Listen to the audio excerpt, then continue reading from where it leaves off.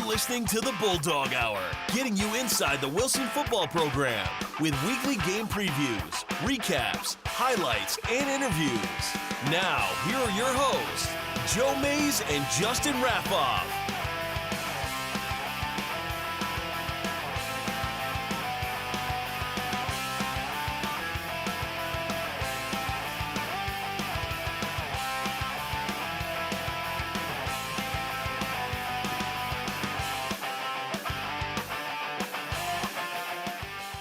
All right, good evening, everyone, and welcome back to the Bulldog Hour.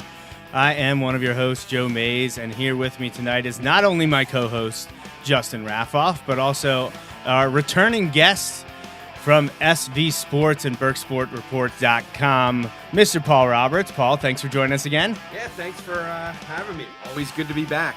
So we generally get to speak to you earlier in the summer. It didn't work out schedule-wise this time, and actually you joined us a few weeks ago. You went up to Nazareth with us to watch the Bulldogs battle the Blue Eagles. But we wanted to wait a few more weeks because we wanted your perspective here for the rivalry game coming up against Governor Mifflin, because not only have you seen the Bulldogs play, but you've now seen Mifflin play at least one time so far. So we're going to talk all about Wilson Mifflin coming up here at the end of the program. Up first, we're going to recap Wilson's close victory against Cedar Crest here, and also maybe talk a little bit about the first half of the Bulldogs season to date, and we'll be complete with our players of the game. And then we'll get to a little bit of a Mifflin preview. But we thank you, Paul, for joining us again. And Justin, here we are, halfway point. Yeah, it's kind of crazy that they've got 5 games in, and you know it's officially fall now. That's right. Yeah. So it's fall. You know, your wife with her summer birthday. But you know we've reached that point. At some point, it's going to cool off here. And maybe. We'll see. Yeah, eventually.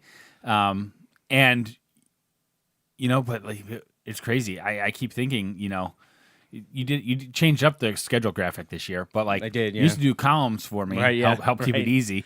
And next thing you know, we'd be closing in on, you know, that probably the end of that second column, because you would have all the potential dates on there. And so yeah, wow. Kind of crazy. Yeah, schedule doesn't look the same, so it's throwing Justin off a bit. We don't get to. It doesn't take much. did the home and away since it was wacky this year with only 4 home games. I want to kind of point it out that hey, Wilson's only at Gursky Stadium 4 times, but we're 5 games in, so we're only guaranteed 10 games, and we're halfway through now. So things are looking pretty good. I think Wilson had a good first half of the season, and we'll get into it, especially their game against Cedar Crest. Which honestly might have been, it was probably the sloppiest game Wilson's played since week 1 against Cheltenham, I think. I would inconsistent. Agree. Yeah. Inconsistent. It felt at times that maybe they were going to pull away. Didn't quite get it done. Got the win. That's all that really matters. But there was a few points where it felt like they were in control, but just couldn't quite put the Falcons away. And we'll dive into that shortly, but do want to first thank our sponsors of the Bulldog Hour here. As always, the show is presented by Mays Sandwich Shop, and thank my dad, Bill Mays, as well as White Star Tours, I believe also a sponsor of Mr. Paul Roberts here as well. And also, once again, thank MikeDragosports.com for joining us here at the Bulldog Hour. And in addition to Mays Sandwich Shop, White Star Tours, and MikeDragosports.com, we want to thank the Miller family and our 3 anonymous donors. Every little bit counts. There's always many ways you can help us here at the show, Justin, not just the in-kind donations and the sponsorships. We appreciate it. But also visit BulldogHour.com, and of course, Justin's favorite. Yeah, like and share. If you like what you see, or you enjoy the show, let people know about it. And 5 games in, gone are games, away games against Cheltenham, Nazareth, and Reading, and the home games against Plymouth Whitemarsh and Cedar Crest. The Bulldogs are away this week against the Governor Mifflin Mustangs, which we'll talk about in a little bit. Only 2 more home games, and that'll be October 4th against Hempfield and October 18th against Lancaster-McCaskey. Speaking of the Governor Mifflin game, that game will be televised this week. I know I always have people asking me in the days leading up to the game, can I watch the game? Out of state people that can't make it in person, or if unfortunately it's bad weather, which obviously we hope not. But the game will be broadcast on Flagship Network. You can check that out on patreon.com/Mike Drago Sports. So Flagship Network has made all these live streams now free. So you can watch this game and not have to worry about paying for it. So check it out at the website listed. And obviously I will have a post up on the Wilson social media as we get closer to the game. But wanted to get that out there and promote that, yes, if you can't make it to Shillington, you can watch Wilson versus Governor Mifflin live on YouTube. All right, so let's talk a little bit about the Bulldogs' first half and their game against Cedar Crest on Friday night. Started out pretty strong for Wilson. Went into halftime up 14-0. I think we'll take that against a quality opponent. I think people are figuring out that it looks like Cedar Crest is probably the third best team in LL Section 1. Wilson did a good job of curtailing their offense and taking advantage of some things that obviously the coaching staff saw on film, including the short pop-up kick that Wilson was able to recover and score. There were 2 back-to-back touchdowns with just within a minute of themselves. Right. Maddox Gruber to Cam Zulinger. First half I thought went pretty decent. Few issues to start the game. Didn't have a great first possession. But otherwise, went into the half feeling pretty good, up 14-0, especially after that nice goal line stand from the Bulldogs defense. So lots of times you hear, teams, and we talk about this a lot. If you can score right before half, and then you're getting the ball to start the second half, you can kind of get that, that double dip there. That can be really nice, and it can really set the tone, especially in high school where, you have 12-minute quarters, but if you get if either one of those is a sustained drive, man, you start wiping away a bunch of the game pretty quickly. Wilson didn't have that opportunity, but it kind of felt like it almost felt like they scored when they stopped them from scoring. When they had first and goal at the 1 yard line, and then to stop them essentially on 6 snaps. They had 6 snaps from basically inside the 3, and they don't get the touchdown. They technically got in the end zone once, but that was the one that got called back for the penalty on them. Aiding the runner or whatever the penalty is. Yeah. It looked like the same motion as sideline warning that the ref gave. So I didn't know what was, but that's what I assumed. Well, our coaches were screaming about it immediately. I know they definitely saw something. I know you're allowed to do certain things. I know there are certain things you're not allowed to do. And I think and it varies from high school to college to NFL. I think, and honestly, I shouldn't even venture in there because I can't say with certainty which level. I remember hearing the distinctions, but I'm not exactly sure. But so you had that huge momentum swing, and then they get the ball to start the second half, but couldn't really do anything with it. And so it kind of felt like they squandered a potential, because if they're able to take the ball and go down in the start the third quarter and go up 21-0, then I feel like it starts to feel a bit inevitable for how the game's going to go. But that didn't happen, and so then next thing you know, Cedar Crest does get a score on the board, and it's 14-7, and it's like, oh, well, hang on for dear life here. Here we go. Yeah. Making it the game, especially in the second half. Wilson didn't score at all, gave up 1 touchdown. They were able to pull it out there at the end, especially because they were able to milk the last 6.5 minutes off the clock. They got first downs when they needed them. Right. And honestly, again, that doesn't show up as a stat of a score, but that was the goal of that drive. The goal of that drive is to not give the ball back. If we score a touchdown, great, but almost as good and ensuring the win is just not giving the ball back to Cedar Crest, and that's exactly what you did. So, they didn't get the score, but I'll take that last drive. It was exciting. And honestly, we had driven down pretty far at that point, didn't we? I'm trying to think where it ended. Yeah, it ended up, I think, around the 25 or so. Yeah. So we were moving the ball. When all was said and done. Yeah. So, and we'll hear from Coach Doms and a few of the players. It wasn't the crispest game. It was not. They made mistakes. I think the thing that most people will focus on is Wilson was penalized. I know I have the stat sheet, but I think it was 8 or 9. Was it 7? Okay, I was going to say 8 or 9. 7, but we mentioned it with Coach Doms afterwards. I believe 6 of them were holding penalties. So it was Yeah. at least 5. Yeah. I'd have to look at the breakdown, but a lot of holding. And Coach Dom said, hey, we got to get better in that area. We can't be facing 1st and 20 Right. every time we start a drive. Well, It's and- not going to go well. Right. And one of the things he points out is you also, it's 10 yards from the last spot, but he's like, it also negates All the 10 yards you might have just gained. So it's a 10-yard penalty, but it's really a 20-yard Right. penalty. You Right. know. Now, if I were Cedar Crest, I'd be like, yeah, but you don't get 10 yards if you don't hold. Now, that's not true every time, but it's true some of the times. Those holds are at key spots. So Yeah. So Wilson got the win. defense played well. Defense played well. The goal line stand was great. They only gave up 1 touchdown. Custer is a really good Custer's a quarterback. great quarterback, yeah. And, Yeah. I know Cedar Crest had to adjust a bit to run more up the middle with Custer and Zimmerman rather than trying to go outside or up top. They're not known for passing. They're more of a run-oriented offense, and defense stepped up, did a pretty good job.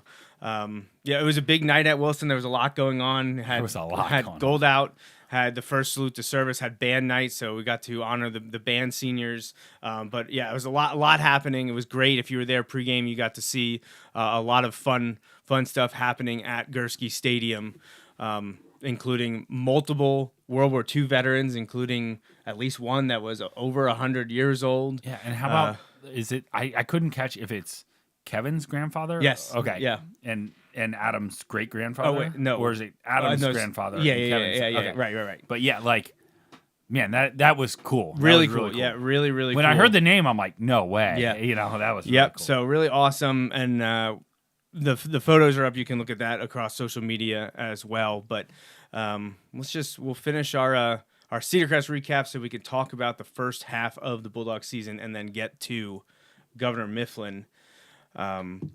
Paul, I know you weren't at the game Friday night, but I know you get to recap everything. So what did you think about what you saw about the Bulldogs game Friday against Cedar Crest? Yeah, you guys talked about the penalties and then 3 turnovers too. So that's obviously, something that you need to clean up. But I'm sure you guys have talked about this is a young team, and experience is something you can't teach. You either have it or you don't. And when I looked at Wilson before the year, only 2 starters back on defense, only 4 on offense. Maddox Gruber switching positions to quarterback, which is the most important position on the field. I think we knew coming in the tight end group was going to be a big strength, and you saw that again with a couple of touchdown catches against Cedar Crest. Wide receiver, I think there's still some question marks about who's going to step up there. Akins is having a fine year. He went for 120 against Cedar Crest. But the defense probably deserves to be talked about the most after the Cedar Crest game. They only give up 10 first downs, little over 200 total yards. And you talked about the returning starter in Custer at quarterback, 4 of 10, 54 yards, 2 interceptions. So he completed 4 passes to his team and 2 to Wilson. to the other team. And that was to Aiden Kramer and Maddox Gruber. And I know Maddox felt really good about his because he was feeling down because he had thrown interceptions in this game. So I felt like he was getting one back. Right. I mean, Cedar Crest, you guys, I have to give you credit. I mean, you've been on top of them for a while about, it's a solid program, even with the coaching change too. Coach Lambros takes over. They won 8 games last year. They got into the District 3 playoffs. You bring your quarterback back, and obviously it was a tight game against Wilson. But this Bulldog squad is still growing each week just because the experience that they're getting. Now, I will say as a whole big picture, and I said this before the year, I think the LL League in general is down. Not that it's bad this year, it's just that last year was such a banner year for the league. I mean, when you look at, obviously, Manheim Township, but Manheim Central, And I saw them Friday in Robizonia, and they just got whacked by Conrad Weiser. But it goes to show how quickly things can change in one season. But they lost 4 All-State players, including Coach Hahn's son. Enterline is now at Penn State, was a record-setting receiver. They had Arnold at running back. They're a much different team this year. Cocalico was outstanding last year, won another district title. They've dealt with a key injury, and they hope to get him back soon, maybe in the next week or two. But they're not the same team that they've been. Obviously, Wyomissing, Twin Valley had banner seasons last year. I mean, it was just a phenomenal year for the Lancaster-Lebanon League as a whole. And I thought coming into this season, I don't think we're going to get there again. And there are still some great stories. The resurrection of Conrad Weiser going from 2 wins to undefeated already. Yeah, beating Manheim Central for the first time. Right, that was only the second time they played them. Okay. The other was in districts. All right. District semifinal.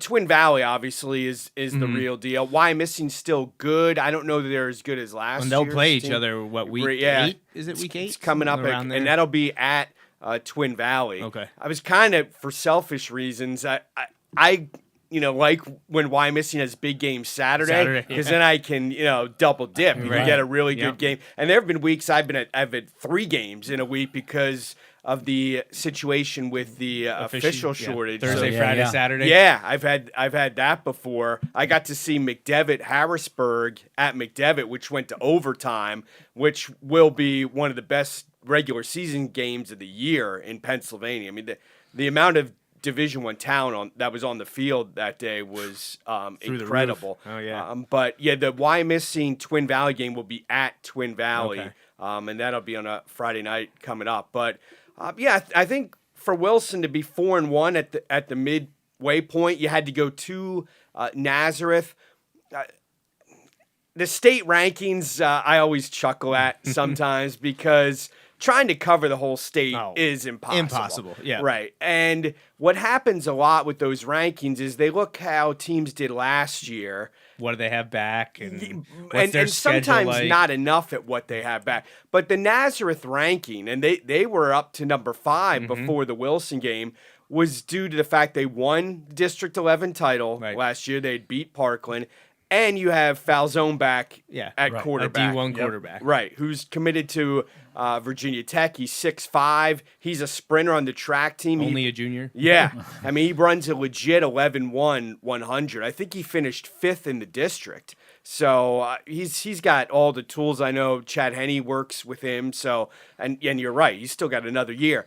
But they lost a ton up front, which I think you guys saw. Yep. I mean, Wilson was able to do some things. And up to front. that point, Wilson was somewhat struggling on offense. Hadn't gotten much going yet against, at least not consistently, against Cheltenham and against Plymouth Whitemarsh. Did enough to win, but it wasn't what people had hoped. Right. Obviously, the offensive output the first 2 games. But then they were matching them score for score at Nazareth. I mean, that first half was like an arena league game. Hell yeah, it was nuts. Everyone, was it 8? Was it 6 or 8 straight touchdown drives?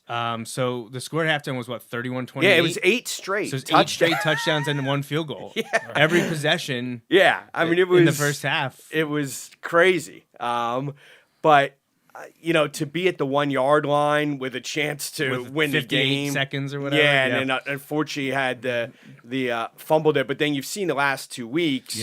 What's happened in Nazareth. So now, Falzone, he did not play the second half against Freedom, right? Yeah. Did he play this week against Parkland? Yeah. The whole game? And because I know they got beat up in the second half again the last this week. 2 weeks they've lost. They've pretty had big. issues in the second half. And the people I know that cover the eastern half of the state, they told me Freedom was the best team. Yeah, you had mentioned that when we were up at Nazareth. we talked about Nazareth is good, and Falzone is very good.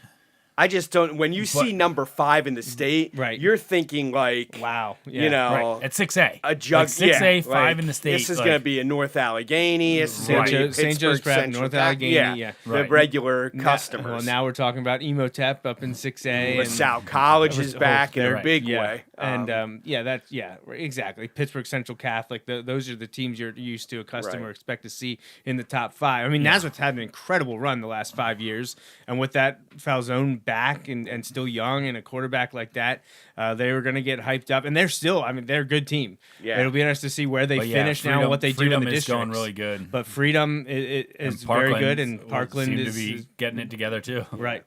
So we'll see. We'll see what happens there.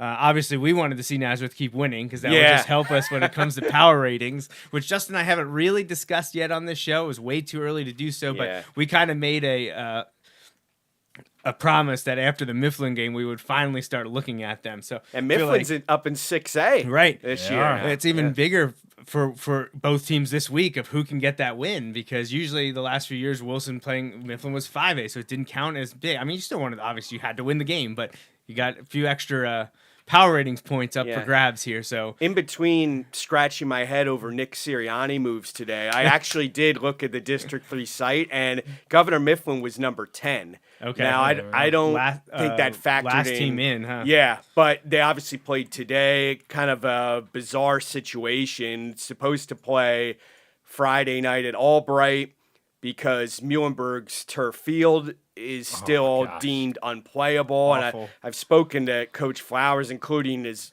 recently as yesterday, and he's very frustrated, and I can understand that for sure. But there was a threat of gun violence, so the game at Albright was moved to this afternoon at Governor Mifflin, and they did win big. They won 41-6 over Muhlenberg. So it looks like Harrisburg, Hempfield, and McCaskey have not entered their results yet. Neither has Chambersburg, which didn't they play? Didn't Chambersburg? No, okay, Harrisburg was last week. So I don't. You know what happened to Harrisburg, Cedar Clef? Harrisburg won. Very close game. Okay. Elias Koch, he's phenomenal. He's one of the kids I was talking about. 6'2", 6'3", a wide receiver, defensive back. He hasn't committed yet. He's a junior, but has a ton of power conference offers. He had 2 interceptions, a pick 6, and a touchdown catch. But he had an interception in the end zone to seal the game against Cedar Cliff. So Harrisburg won, but it ended up being a pretty close game. So Mifflin, I would think, will jump Hempfield, who lost to Manheim Township, 38-0. So I think Mifflin's probably going to climb up to 9 when all the stuff is updated. I will hopefully by next week's show have my own PowerPoint or not PowerPoint, Excel spreadsheet that I can start predicting some things as I like to do each year. It's a ton of setup work, but it is fun because I get DMs from coaches and stuff on sure. Twitter. I've actually gotten messages from other classifications. Like, could you do this for? Yeah, they don't want to do the math. Yeah, could you do this for 3A? I'm like, it takes me literally hours to set this up. I can't be doing that. One thing to keep in mind when you do look at those, so CD East, their schedule is very backloaded. We talked about it. He just sent me a text this week. He was like, "Oh my god!" Cumberland Valley, Central Dauphin, State College, Bishop McDevitt, Harrisburg. Now they have some skill guys have a good who team. are dangerous. They have a good team, yeah. But the rubber hasn't hit the road yet with CD East. But their team to keep an eye on. To me, you look at Harrisburg and Township, they're going to be tough to beat again this year in District 3. Well, we'll get to find out ourselves in Week 10 down in Neffsville. So that'll be one to watch out for. I know everyone's circled that. But Wilson has a few other games to get to. But let's quick put a bow on the Cedar Crest game. Paul talked on some of the statistics from that game. Wilson ended up outgaining Cedar Crest first down 17-10. Net rushing yards 175 to 153, and total offensive yards 312 to 207. Wasn't a crisp game. Had multiple turnovers. Had the Wilson recovery on special teams. Each team threw 2 interceptions. Wilson and Cedar Crest both 1 for 3 in the red zone, so had some issues finishing drives. Like I said, it wasn't a crisp game from either team, but Wilson ends up getting the win there. Some individual statistics to highlight.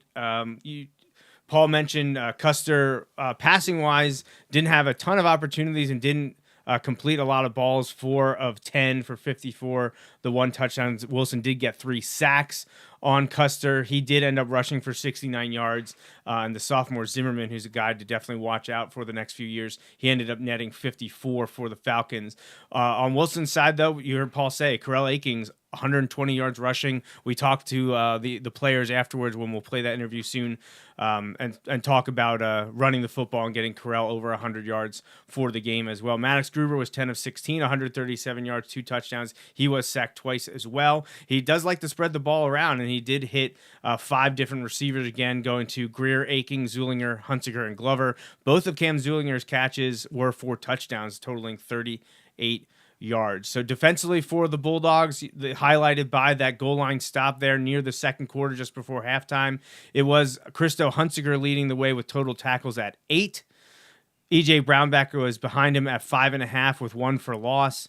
Brady Klein also at 4, 1 for loss. And Mel Gaston, 4.5 tackles, 2 for loss. He had 2 of the sacks. So, Justin, it's always a tough call for us to pick out a player of the week. I always have a tough time. Last week, we actually did a cop-out, Paul. We went with the entire tight end unit because they all had a huge game. They all contributed in big ways against Reading High. They were trying desperately to get Christo into the end zone so that all of them could score a touchdown. We had to settle for Christo throwing a touchdown in that game. But all of them, Coach Zerby's tight end unit had a fantastic night against Reading High, so we chose all of them. We're not copping out this week. We're picking one player. It is really tough. But for our player of the week here in Game 5 against Cedar Crest, it's someone who contributed on both sides of the ball in a very meaningful way. And it is it our first 2-time winner then? Because if you count his use as I think so. As the tight end unit from last week, so he gets a back-to-back player of the game honor. This week we're going with senior tight end defensive end Cam Zulinger for hauling in the 2 touchdown passes from Maddox Gruber, but then also contributing defensively with 3.5 tackles, 2 of them for loss, 1 of them being a sack. So another great game from senior Cam Zulinger. And just one of the many contributors that we've kind of talked about all summer long leading up to that he was going to be a big 2-way player for the Bulldogs. And he's certainly fulfilling those expectations. Yeah, he and that group, but he's really stepping up. He had a great game. Meaningful plays at meaningful times. Like that's, not all tackles are equal, not all like catches are equal. He made big plays at big times. And those throws were really good throws by Maddox too. Yep. I don't remember. I think it might've been the first one. Man, like he bought himself some time, and he laid. I mean, the defender was on Cam, and Maddox put it right on the money. But being in on some of those stops on defense and just big plays at big times. Player of the week. Yeah, you can actually see. I'll quick pull it up here, where the ball was going from Maddox to Cam. You can see it right there over his helmet, right between. Or right in front of 2 defenders. Like he threaded the needle, Maddox did on that one to Cam. So great first touchdown for the Bulldogs to go up early in that one. So congratulations to Cam and all the players that we mentioned. Great week all around for a few of those guys, and got the team win. I know that all that matters, but I also know that not only were the coaching staff saying, "Hey, that wasn't very crisp. We got to do better." Players knew it. Oh yeah, exactly. They were very well aware that they didn't play their best. They had gone a few weeks where they thought they were playing at their peak or getting better each week. This week, not so much. Still got the win, and that's all that really matters. Yep. All right, so I said we have a few interviews. We're going to roll those and then get to our Governor Mifflin preview. So up first here is going to be our post-game interview with 4, then 5 players, as our player of the game, Cam Zulinger, got done with another interview to come over and talk to us. So let's take a listen to them right now. Yes. All right, we're joined now post-game after Wilson's victory over Cedar Crest tonight, 14-7. Guys got a little dicey there at the end, but defense stepped up when necessary. Got a few of the playmakers from tonight, some disruptive defensive linemen, interception from Maddox Gruber, big night from Mel, 2 sacks. Guys, how do you feel to get another victory? Feels great. No, it always feels great. It's great. So what was the game plan coming in? We knew the Cedar Crest was scoring often. We saw it a lot at 3 of their 4 wins. They had put up a lot of points, and they were doing that primarily on the ground with their stable of backs and their quarterback. What was the message from your defensive coaches, Ernie Wolberg, going into this week? We always have a great game plan coming into our games on Friday night, and we had a great game plan this week all through practice. Executed that game plan tonight, and I think our defense just brought the punch and really just told them that we're the more physical team, and they saw that early and it didn't leave their head. I'm really proud of the defense. They stepped up big time, especially on that goal line stop. Yeah, well, let's talk about that. Right before halftime, Cedar Crest is moving down. They get it to inside the 1. You stop them, push them back. There's a penalty. You continue to stop them. And then on the final play on 4th and goal, E.J. Brownback flies through the line, and a host of you guys are met there to help. Walk us through that series. What was your intensity like trying to stop them on the goal line? It all goes back to the coaches. The coaches bring up all the time, every day at practice. It's all about heart, and whoever plays with more heart is going to come out on top every play. It's about doing what you need to do and knowing what you're doing. So they broke a big run, got down to like the 1-yard line. And one of my favorite sayings Wolber's always saying is, if you give us an inch, we have a chance. They gave us an inch, we stopped. That worked out really well. To go into halftime up 14-0. Kind of got stymied a little bit in the second half, but talk about first half. Maddox, Cam, you guys had a connection tonight. 2 touchdown passes. Walk us through what was going through your mind on those. I mean, the first one, I ran my route, I was there, and I mean, I saw the 2 guys in front of me. I got a little nervous and someone was going to jump up, but Maddox was trying to throw the ball, knows where to throw it, and he got it there too. Mel, you had a big game tonight. 4.5 tackles, 2 tackles for loss, both being sacks. 1 kind of ended the momentum that Cedar Crest had established. Take us through that series, what you were feeling, what you were seeing from Cedar Crest, how the coaches had you prepared to stop. I mean, it goes back to Ernie, man. He just pushing us all day at practice, on our butts constantly. And, man, we just got to love him for that because if not, I mean, you see what happened. Our defense wouldn't be the way it is without Big Ernie. I put all that to it. I know we talked a lot about defense, but we'll go back to offense here quickly. Derek and Junior, you helped pave the way for Corral to go over 100 yards again this week. Was that something that you and your tight ends were talking about all week long, wanting to continue to keep the ball in Corral's hands, and maybe every so often your quarterback keeps it to keep drives alive? Hell yeah. You know, One of the key parts of our offense is running on the ground, establishing our run game. So through practicing us just doing this one place, just helps keep the ball in Corral's hands. we love to run the ball. O-line's always asking to run the ball. That's it. We feel like the enforcers if we run the ball. And it's great to get Corral and Maddox all those yards during the game. All right, guys, you're halfway through the season. You're sitting at 4-1. Got a big game coming this week. It's rivalry week. You get to go into Shillington next Friday and play Governor Mifflin. What can we say about that? I mean, you know what's going to happen coming into it. What's practice going to be like this week? It's always intense. A lot of staying low. But like, all I gotta say, I feel like we gonna give that BTA. You know, we gonna stay. I'm excited for that one. They aren't ready. I think they were here watching you tonight. So they might I told him fans? coming out They at halftime, fans. it was nice of them They to come fans. support tonight. They fans, man. They want to beat us.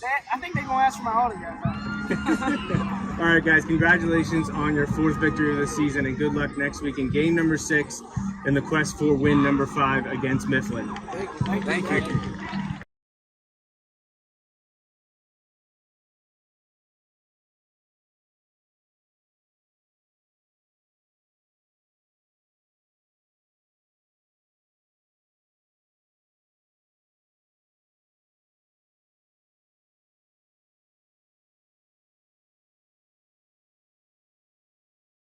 Let's hear from Coach Doms.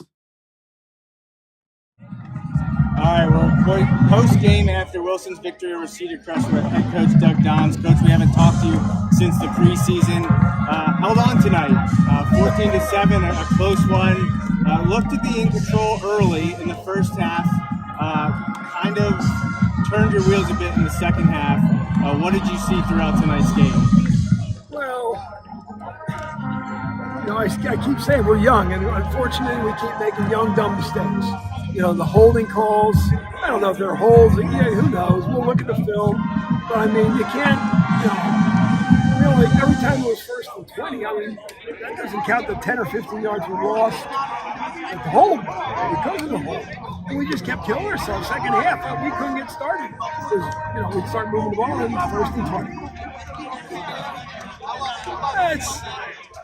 They had, as I said, their outside linebackers here was a heck of a football player. Four is a heck of a football player. The quarterback ran tough. And we knew he was going to give us some problems. Now, they wrinkled it up and started running inside instead of outside with their counter. But I don't know. I said to the kids, we didn't have a great practice on Tuesday. Guess what happens on Friday? Play like the practice. Hopefully we learn from that. Well, hopefully they don't need any refocusing now with it being Mifflin week and all. Obviously, that rivalry kind of throw the records out. Mifflin's got a pretty solid team this year. Obviously, they want to run the ball, but that's been something that your team's been very good at stopping this year so far. I know after 5 weeks, you're sitting at 4-1. I know entering the season, there felt like there were a lot of question marks. So sitting at 4-1 and 4-1 minute, close to almost pulling the upset at Nazareth a few weeks ago. So how do you rank the first half of the season so far now that 5 games are complete? Probably if you had asked me before the season if we were 4-1 at this point, would I be happy? I would have said yes. Right now, we're not progressing as fast as I would like. And a lot of that is, underclassmen don't have that sense of urgency all the time. And we keep driving and driving and driving. They got to get a sense of urgency. Or when we get to games, you're not always going to win the close ones. Expectations tend to get reset as you start winning games that maybe people didn't think you were going to win. Now, this biggest one now, Mifflin having to go there again. What are they going to look any different than they have in the past? Or are they going to be the same type of run first, run some more team? Their head coach was their assistant, so I think they'll probably be pretty much the same. Yeah. Run first, run their midline, run a little bit of eye. They got a pretty good fullback, so we'll stop him. Over the summer, we weren't quite sure necessarily who definitely was going to be the starting quarterback, but Maddox Gerber has really grabbed onto that job. Tell us a little bit about how his first half of the season is going. He's had a great first half. He's making, he had a couple decisions tonight weren't so smart. The one deep pass that was picked wasn't bad because third really long anyway. It would have been a punt. But he's played great. Making good decisions, making people miss, and running tough. There's a lot of important seniors on this team, but you seem to be very underclassmen heavy on both sides of the balls. Is there one underclassman that has stood out on offense, defense so far this year? They've all had their moments. Sometimes it's Brownback, sometimes it's Glover, sometimes it's Monty. You want to see them start playing 48 minutes instead of having their flashes. More consistency. All right, Coach. Well, congratulations on this win and the previous wins this year. Good luck this week against Mifflin, and hopefully we can talk to you again real soon. I hope so. Thanks. All right, so that was head coach Doug Doms joining Justin and myself post-victory against Cedar Crest. And, that's it for Cedar Crest's recap and the first half of the season talk. Now let's get ready to unleash Mr. Paul Roberts here for our Governor Mifflin preview. We're going to hear all about what the Mustangs are going to throw and what their season has been like to date. So, Paul, what can we expect from the Mustangs this Friday? Yeah, we've talked about how Wilson is kind of dealing with inexperience. Governor Mifflin is a pretty experienced team. They brought 7 starters back on offense. They brought 6 of them back on defense. Now, obviously, there was a coaching change.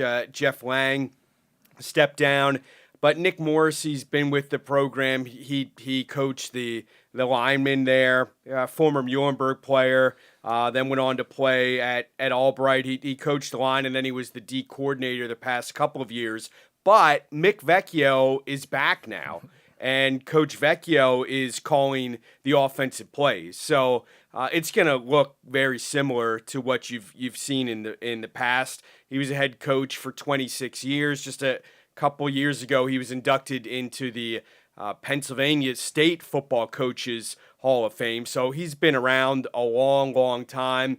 His sons are coaching there now. And they do have a good fullback in Grady Garner, who's 200 pounds. He's a tough kid, but he's also not one of those, like sometimes people think fullback and you think of Mike Allstott, with this guy with huge shoulder pads that's, kind of 3 yards in a cloud of dust.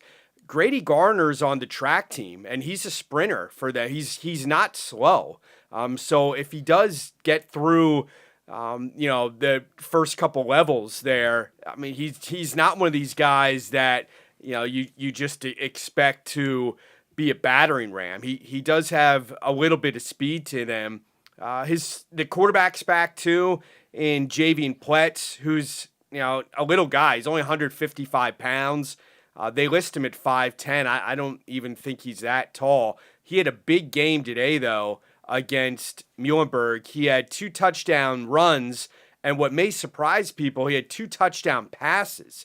Everybody knows Mifflin from, the midline or their veer, and they do run I formation too, but you think ground and pound. That's always been their style. And what happens is everyone gets so sucked up to the line of scrimmage that, they can pop one over the top. And he has some good targets. Reese Hole is definitely a player to watch on Friday night. He had a terrific interception in this game a year ago. But he might have had 2 last year against the Bulldogs. Yeah, he's really good. They were good interceptions too. Like he made excellent plays. Yeah, he's good all-around athlete. Travis Jenkins had a touchdown catch today that went for over 70 yards. Reese Hole had a touchdown catch, also made an interception in the end zone. Jenkins is a name people will know from baseball I was going to season. say, are we talking baseball, Paul, or is it football season? Yeah. These names are come up on the diamond. Yeah, he's the catcher who was part of their state championship team. And then up front, Presley Rinker is 305 pounds. Coach Morrissey told me he's getting a lot of PSAC interest, which is Division II. That's the conference Kutztown's in. It's very, very good football. So if he is getting interest at that level, it shows you that he's a good player. But they have linemen back. I talked about some of the skill guys. They ended up going 5-6 last year, which I think they were frustrated not having a winning season. They blew a lead against Pleasant Valley in the Eastern Conference Championship game. A game I think they definitely feel like they should have won. But you guys remember last year was a tough game. It was very tough. Yeah. It was 21-14. I was going to say, I think it was 21-14. Right. Yeah. And it was tied Wilson, at halftime. Right, and Wilson was trailing multiple times in that game, especially early. Mm-hmm. They successfully converted, I believe, a fake punt early on to set up a touchdown. Yeah, one thing about Mick Vecchio, too, and I saw this in the Exeter game, you remember the Riverboat Ron nickname for Ron? Yeah. I mean, Mick Vecchio is fearless. Like, he will roll the dice, fourth. It doesn't even have to be like a 4th and 1 or so. Now the Exeter game, they came out fumble, and they still were only down a touchdown at halftime. And Exeter is a really good team. Obviously, they're still undefeated. Jaden Zandier had a 55-yard touchdown run that put Exeter up 21-7. But Governor Mifflin still had a couple of those patented drives. They had a touchdown drive in the first half against Exeter, who's, again, good team. Logan Wegman, who's headed to Navy, he's up front for them. Their linebacker's good. They had a 7-minute, 20-second drive. I mean, in high school football, that's over half the quarter. Right. So they that's a one play short of being 2/3 of the first quarter. Yeah, I mean they're the type of team you don't want to get behind them. No. Because they are more than happy with a run play of 4 yards. Sure. That's. Hey, you only need three plays like that to get a first down. Yeah. You're gonna hold on the ball for a while. Yeah, I mean that's. I'll never forget when they upset Harrisburg, who had Micah Parsons in the district playoffs. I was at Penn State that day. Yeah. I remember getting that text. Yeah, I was like, people were whoa. shocked. I'm pretty sure I texted that to you. Yes. It was a rainy Yeah, it was Saturday disgusting afternoon. Saturday, yep. Yeah, but they just, they can grind it out. And when you're only playing 12-minute quarters, they can really shorten a football game. So style of play is going to be pretty similar with Governor Mifflin. I think they're better this year than they were a year ago. Like I mentioned, Pletz is back at quarterback, Garner is back, Reese Hole is back, Jenkins is back, a couple of their linemen, Rinker is back, Gavin Kelly is back, their center who's 250 pounds, Dylan Worley's another lineman, he'll play guard, he's back as well. So it's experienced team. They're 3-2 now after the win against Muhlenberg. I would still consider Wilson a favorite, in the game. But are you giving us a line and a spread too? No, I don't do that with high school sports. High school, but it is a tremendous rivalry, and Wilson's had the better of it. They've won 10 of the last 13. I believe this is the 67th meeting between Wilson and Mifflin. I have Wilson up 39-27 overall. Yeah, ours. The Wilson stats book includes the time where they were Shillington high. Okay. So Wilson's is. I have it all broken down as well. But yeah, I know Wilson is out in front and has done pretty well in the rivalry over the last 30 years. Wilson has done really well in the rivalry. But yeah, ever since the Gursky Lynn Trophy debuted in 2012, and Wilson won it both times that year because of the playoff game.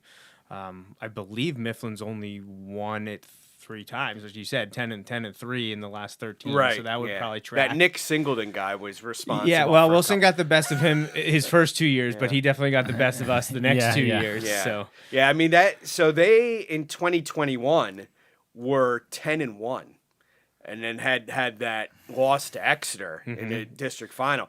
And another one of those that we were texting back and forth, like, can you believe this? A lot of people were surprised because when they met in the regular season, it was all Mifflin, right? Yeah. Right. But then 2022, we still talk about that game a lot.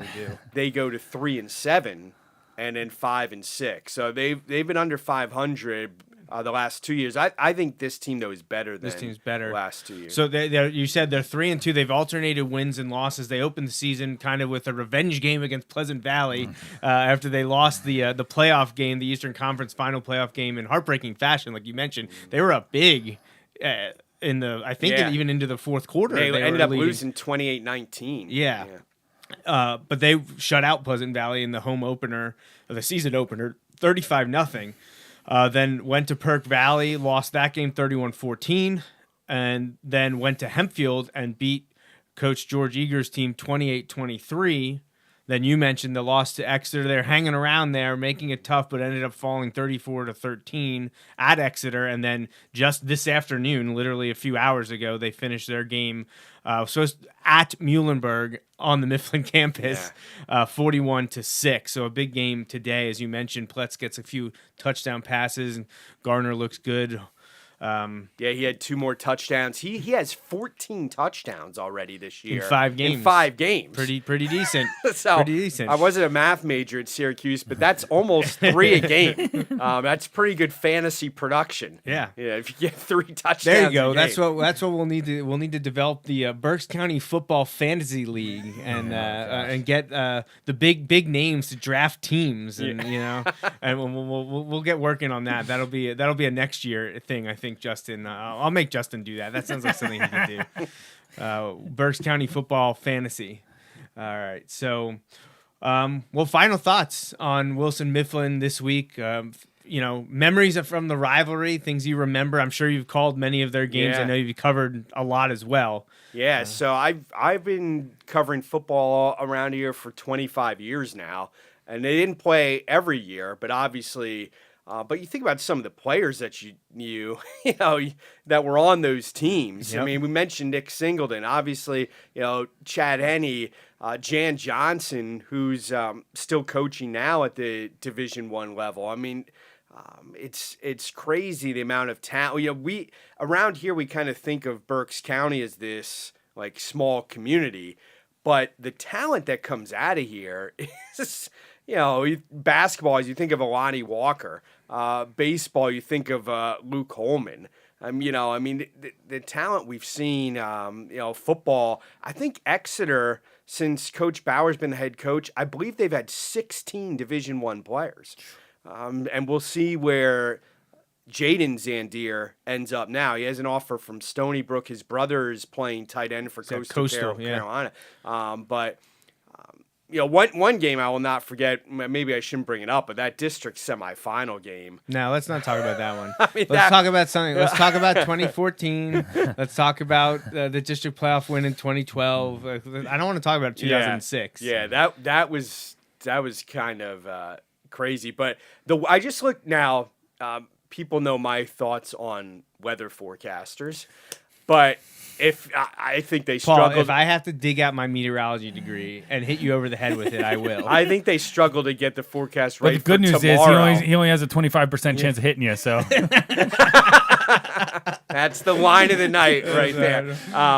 But yeah, I always chuckle when people say, "Did you look at, like, if you have a vacation? Did you look at it the 14-day forecast?" No, God, like, don't use that. They have a tough time getting tomorrow's weather right. Why would I look at 2 weeks? But I did look at Friday. The high Friday's 78. I didn't see any rain in the forecast, which means it's probably going to be a typhoon now on Friday. But it should be a good crowd. I think there should be a really good crowd there. Yeah. And I don't think this is going to be a blowout. I mean, you look at last year, Wilson won 7 games. Mifflin ended up being under 500, but it was 21-14. Right. Now, Wilson shut down the run game. They were under 4 yards a carry. I think it was 3.75. They ran it 44 times, but it was only for 165 yards. So, that's always going to be a key against Governor Mifflin. But I hope it's a big crowd. These are the type of games that make covering high school sports fun, is when you get these, backyard rivalries with these schools that are only separated by a few miles. So Wilson is doing its best defensive work against the rush, so it's a good matchup. Wilson so far in 5 games they've played has surrendered 468 rushing yards on 134 attempts, so they're giving up 3.5 yards per rush and less than 100 yards per game at 93.6. It's very good. So, that's been Wilson's bread and butter and identity is tough, hard-nosed football, stopping the run. And I mean, Coach Ernie Waller has said it. He was disappointed with how last year went. It was not the way he felt the defense should have performed. And obviously he and Coach Doms and their assistants on that side of the ball have reworked things, moved some people around, are rotating guys a lot along the defensive line. Coach Wolver told us about that last week when we talked to him after the Reading High game. And it's worked. I mean, they are playing much better this year on that side of the ball. They're getting results. Linebackers are really good. Yeah, and it's been a good year so far on that side of the ball. It's not a huge front. And you mentioned Cam. I mean, who was your player of the week? I mean, he's playing D end and tight end, and he's undersized. Mm-hmm. Like, Yes. I've seen him on the basketball court. Not a big kid, but he has the demeanor and attitude to get the job done. Like, he wants to be doing that. He wants to be on that part of the football right there in the trenches. The question I get a zillion times from other coaches and fans, and Ross Tucker will mention this to me too. He's like, why doesn't Wilson ever have any big kids anymore? We talk about this all the time. Like, I go to almost every game on a Friday night, wherever it is. I'll see 280, 300-pound high school. That is not abnormal. We talk about when we were in school. I was in school with Andy Rowland and Mike Nelson and Kurt Reichert, Dave Diaz, Kenderdine, Dave Diaz. Like, those guys were monsters. They were just monsters. And now, not this year, but we've had some years where you could tape 2 of our guys together and they wouldn't be that size. Well, I mean, and I love the kids, but just in terms of size, they're undersized this year with the 2 junior tackles. Wilson's looking a little bit more formidable from a physical, the eyeball test with Jesse Etchberger and Avery Manara, and they're only juniors, so they're going to get bigger and stronger over the next year for their senior seasons. And they've both been very good this year so far. And obviously, sophomore Mike Glover is a pretty big specimen out there offensively and defensively, and they've been able to give him breaks and rotate him in. And he's actually probably making more of an impact on offense this season than on defense. I know last last year he was more defensive than he was on the offensive side, but He things was are a bit phenomenal different this against year. Nazareth. Yeah. I mean, he was Oh, just yeah. dragging. Looked like Mark Bavaro, the old Giants tight end, Yeah. just carrying people. So I mean, there obviously are guys that stand out that have the size, not just the height, but also the bulk that you're looking at. But no, I agree. I mean, honestly, nothing stands out more to me than a few years ago looking at the Y missing offensive line when I went over there to take photographs in, I guess it was 2022, maybe, when they had Javen and Caleb, Brewer. and even the other guys that weren't, the D1 prospects, they were all huge. Like I think the smallest guy was the center, and he towered over me. And I mean, obviously, you guys don't get to see Twin Valley, but if you did this year, I mean, their line is huge. Yeah, no, it's been, and honestly, it's not just you mentioning it. And we talk about it all the time. Where are these big kids? Like, where are they? We're supposed to be the biggest. Reading's bigger, but we're one of the biggest schools in the county in terms of enrollment. And we're like, where are all these massive bodies that we're seeing these other schools roll out? It's just it's been something that we're like, where are they? Where'd they go? I can provide a diet that will put on weight. I just don't know how healthy it is. Yeah, you have to be careful there because I've always heard there's good weight and there's bad weight. I know a lot about one of those. So yeah, that question has come up from fans and listeners of the show. I just talking with people at games and stuff. They'll be like, why don't we have any big kids? Yeah. And obviously each Wilson team has one or two big kids, but they're talking about like collective. Why is the starting line not all 6'3", 300? Like that's essentially what they're looking at, because they're seeing a lot of these other teams rotate around constantly throughout the LL League. Massive. I remember 10-12 years ago going down to Hempfield, and they had these big collegiate wrestlers. Like they were committed to wrestle in college. They were gigantic. Like their front five had to all be like 6'3", 6'4", pushing 300 pounds. Wilson still won the game, so not everything, but you're like, man, wouldn't it be great if that was always coming up through the Wilson program too? Just have that size that everyone craves at the next level, and you have it at the high school. It just doesn't happen. It's an inconsistent thing. Get some more Rodney Hills. Yeah. So, all right. Well, thank you, Paul, for joining us again. Always great to have you on, get your insights, and talk about the Bulldogs and the other Berks County football programs. I don't think we have a lot of time left to discuss. And we did kind of take a trip around District 3 a little earlier. We talked about a few of those teams. We mentioned Township, Central Dauphin East, and Dallastown remain undefeated in District 3 6A. They're all 5-0. Township does get Cedar Crest in 2 weeks. They have McCaskey this week, which shouldn't be much of a test for the Blue Streaks. But I'll be interested to see how Cedar Crest hangs around with Township. That game will be at Cedar Crest as well. So Marion Township will be taking a trip to Lebanon for that one. We already mentioned CD East has got a gauntlet in the final 5 weeks, especially those last three, State College, McDevitt, and Harrisburg. So really, really ridiculous way for CD East to end.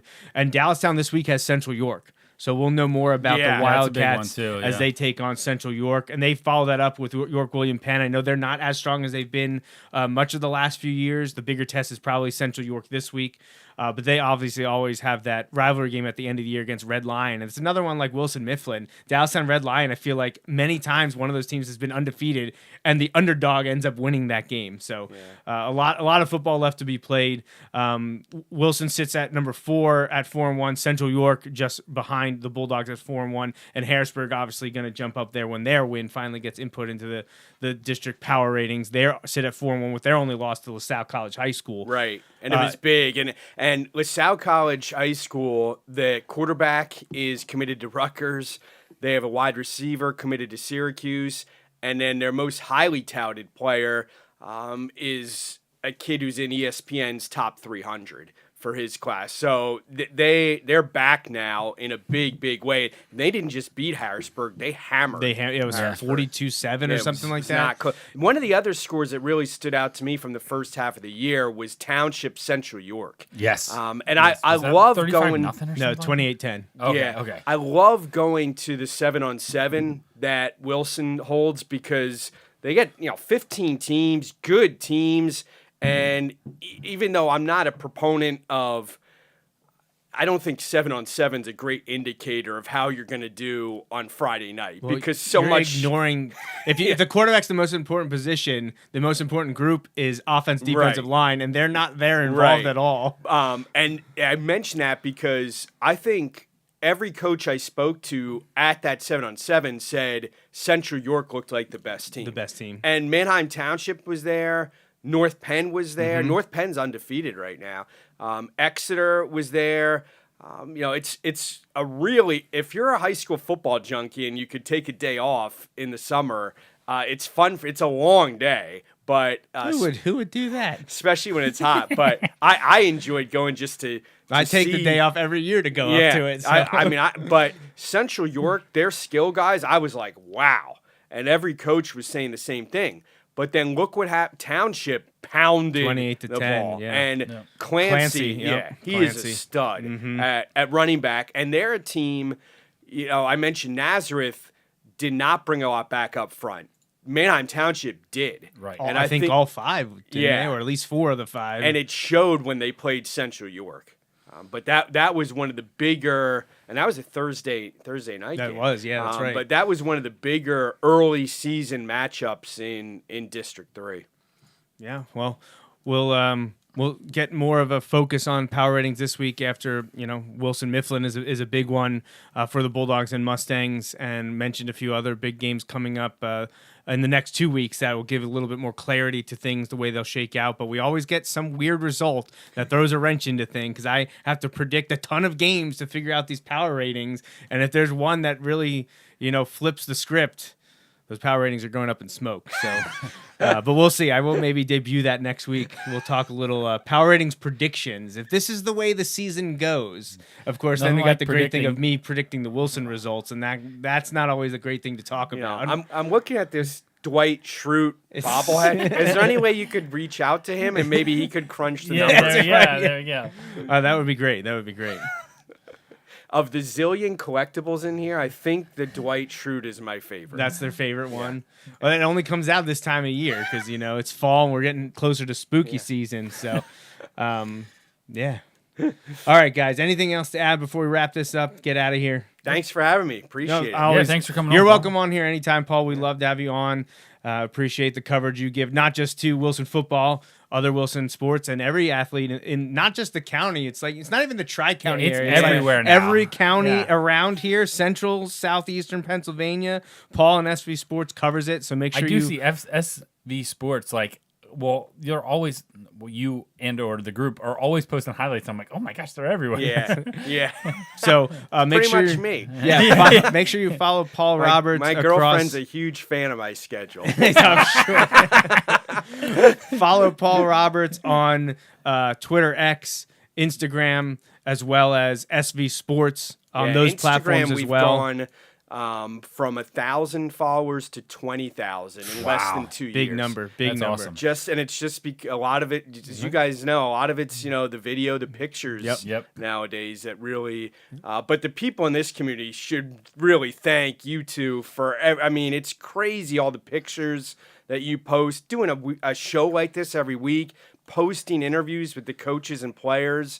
I think everyone's starting to realize how the media landscape locally has changed. Big shift drastically. in the last few years.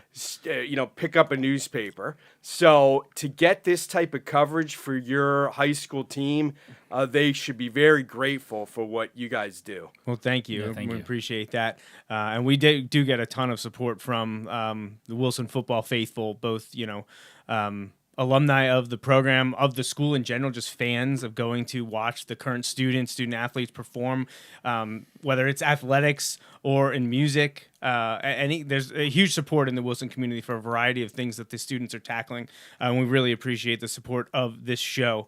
So we hope everyone continues to follow us as well. I always appreciate the likes, shares, and subscriptions across our platforms. And make sure you check out not only SV Sports, but also BerksSportsReport.com for more from Paul Roberts. So thanks again to Paul for joining us. And that's it. We're going to get out of here. For Justin Raffoff and the entire Wilson football program, I'm Joe Mays. And remember, until next time, go Bulldogs. Thanks for listening to this week's episode of the Bulldog Hour. Want more Wilson football? Follow the show on Facebook, Twitter, and Instagram. Subscribe to the podcast on iTunes and SoundCloud. Or visit www.bulldoghour.com. The Bulldog Hour is a featured program on jmnjrradio.com.